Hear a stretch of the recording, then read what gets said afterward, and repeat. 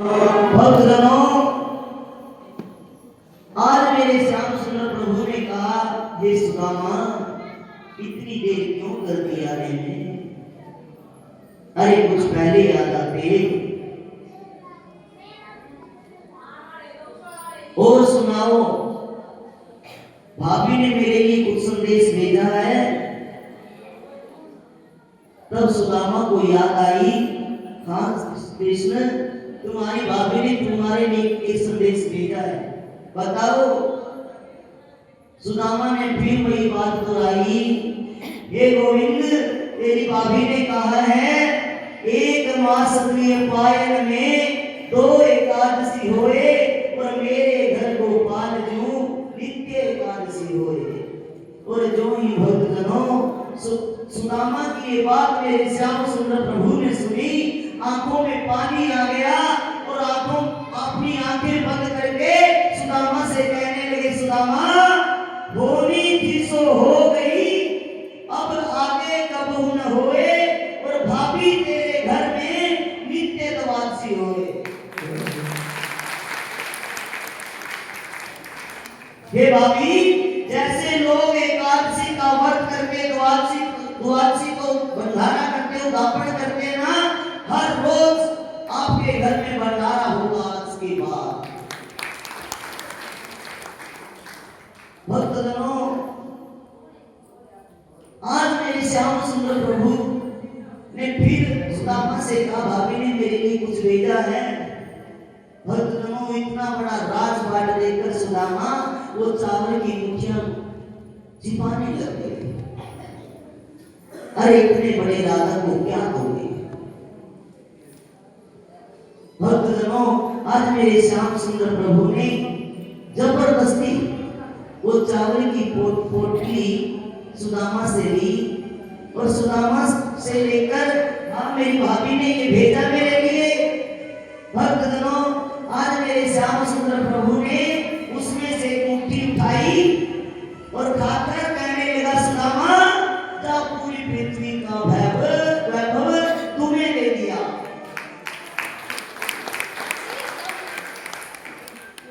भक्तजनों, जो ही दूसरी मुट्ठी उठाकर खाने लगे,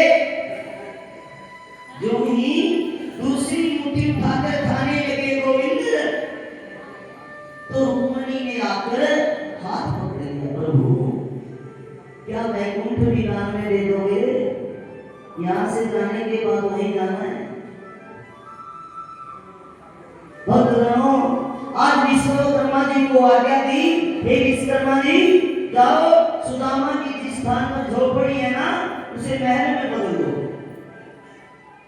भक्तजनों, आज विश्वकर्मा जी गए सुदामा की झोपड़ी पर और सुदामा की पत्नी से जाकर कहने लगे, मैं आपकी झोपड़ी को महल बनाने के लिए आया हूं और मुझे श्री कृष्ण ने भेजा है।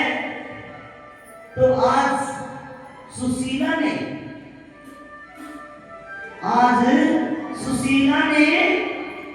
विश्वकर्मा जी को वापस भेज दिया और कहा, अगर जितनी भी इस नगरी की झोपड़ियां हैं वो सब महल में बदल जाए तो मेरा महल में रहने का फायदा है। अगर मेरा महल बन जाए और चारों तरफ झोपड़ी रह जाए, भगवान ऐसी महल का हमें कुछ नहीं करना। वापिस विश्वकर्मा जी मेरे श्याम सुंदर प्रभु के पास पहुंचे और श्याम सुंदर से कहने लगे, प्रभु, सुदामा की पत्नी ने संदेश भेजा, वो कह रही है मैं अकेली अपने झोपड़ी को महल नहीं बनवाऊंगी, जितना भी ये नगर है सब के सब महल में बदले होंगे। आज मेरे श्याम सुंदर प्रभु ने कहा, जो भी सुशीला कह रही है वो सब के सब पूरे करो। ये होती है एक असली औरत की निशानी, जो खुद का सुख चाहे और दूसरों को दुखी देखे, ऐसी औरत नहीं होती। कथाएं क्यों सुनने आते हो?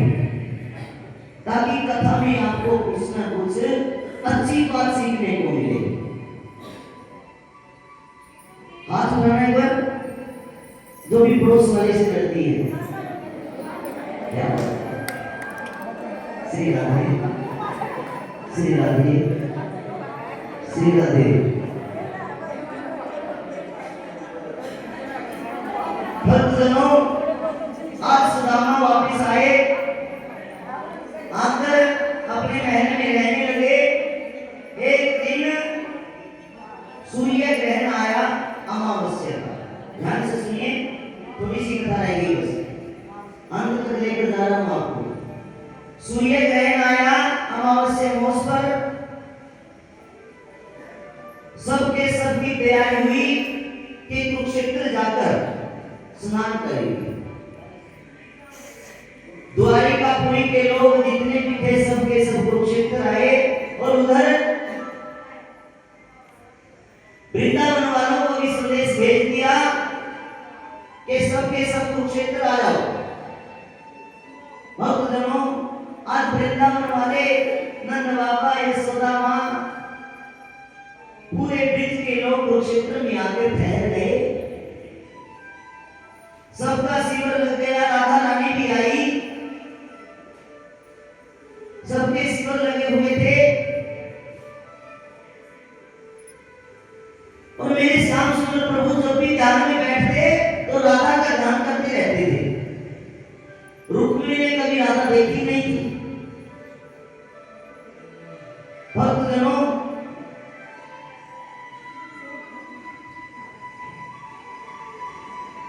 आज मेरे श्याम सुंदर प्रभु अपने नंद बाबा से मिले, मां यशोदा से मिले, सभी ब्रिजवासियों से मिले और रुक्मिणी से कहा, रुक्मिणी, मैं तुम्हारी एक ड्यूटी लगा रहा हूं। तुमने खुद राधा रानी की सेवा करनी है। तुमने अपने हाथों से राधा रानी की सेवा करनी, उनकी देखभाल करनी है। भक्तजनों, राधा रानी हर वक्त बैठकर मेरे श्याम सुंदर प्रभु के चरणों का ध्यान करती रहती है। और जो ही रुक्मिणी ने सुना कि मैंने राधा रानी की सेवा करनी है, माताएं बुरा मत मानना। अरे अगर एक पत्नी को पता चल जाए कि उसकी सौतन आई है, क्या हुआ? श्री राधे श्री राधे। अगर एक पत्नी को पता चल जाए उसकी सौतन आई है तो क्या होगा? कलेश होगा ना। तो रुक्मिणी जी राधा से ईर्ष्या रखती थी। भक्तजनों, जब शाम का वक्त हुआ, संध्या का टाइम हुआ, ध्यान दीजिए बताओ, जब संध्या का समय हुआ तो मेरे गोविंद ने कहा, रुक्मिणी, जाकर राधा को दूध पिला कर आओ। जाकर राधा को दूध पिला कर आओ। आज रुक्मिणी ने दूध गर्म किया और उबलता हुआ दूध पात्र में डालकर राधा रानी के पास पहुंची और कहने लगी, राधा, तुम्हारे गोविंद ने तुम्हारे लिए दूध भेजा है, सो पी लो। राधा रानी ध्यान में बैठी हुई थी, आगे हाथ किया, वो दूध का पात्र लिया और पी गई। भक्तजनों, जब दूध पिलाकर वापस मेरे गोविंद के पास आई रुक्मिणी, मेरे गोविंद लेटे हुए थे। मेरे गोविंद विश्राम कर रहे थे। आकर रुक्मिणी ने कहा, प्रभु, मैं आपकी चरण दबा दूं? तब गोविंद ने कहा, हाँ, दबा दो। भक्तजनों, आज रुक्मिणी जी जो ही राधा मेरे श्याम प्रभु के चरण दबाने लगी तो देखते मेरे गोविंद के पांव में बड़े बड़े छाले पड़े हुए हैं। देखते ही घबरा गई, देखते ही घबरा गई। प्रभु, ये कैसे हो गया? ये आपके पांव में छाले कैसे पड़ गए? तब गोविंद ने कहा, रुक्मिणी, ये छाले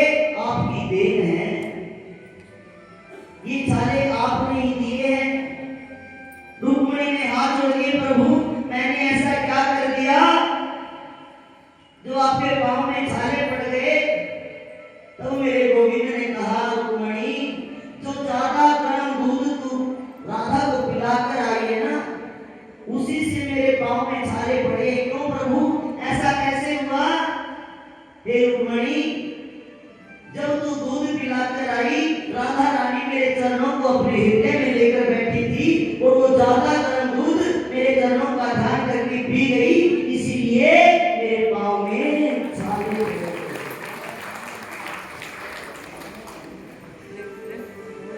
आज रुक्मणी बहुत सी निंदा हुई, भगवान से माफी मांगी।